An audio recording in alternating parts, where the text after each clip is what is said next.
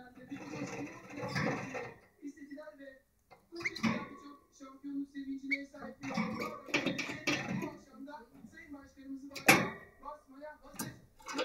Buradan geçerek çünkü Saracoğlu stadyumuna hareket edecek, mahvede geçecek. Bu yolculuk Saracoğlu stadyumunda tamamlanacak. Gerçekten çok uzun bir yolculuk oldu Sayın Başkanım. Yani yorgundu ama taraftarlarımızın o kadar büyük bir sevgi gösterisi vardı ki burada şu an tezahürat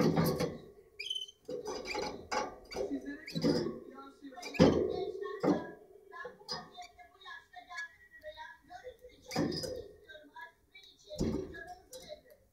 Gerçekten çok büyük bir sevgi var, destek var. Bu destek hiç bitmedi. Sevgili taraftarlarımıza aktarmak için bizim yanımıza geliyorlar.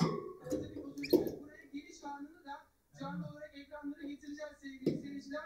Şu anda kalabalık artıyor. Sabiha Gökçen Havalimanı'ndan buraya taraftarlarımızın yoğunluğuyla ekran Zaman Caddesi'yle tarihi gecelerinden birini yaşayacak. Ve biz de en güzel açıdan konvoyun buraya gelişini, Sayın Başkanımız da şampiyonsun, buraya gelişini canlı olarak ekranlara getireceğiz. Şimdilik Konvoy Caddesi'ndeki coşku bu şekilde yaşanıyor. İlerleyen dakikalarda yeniden birlikte olacağız.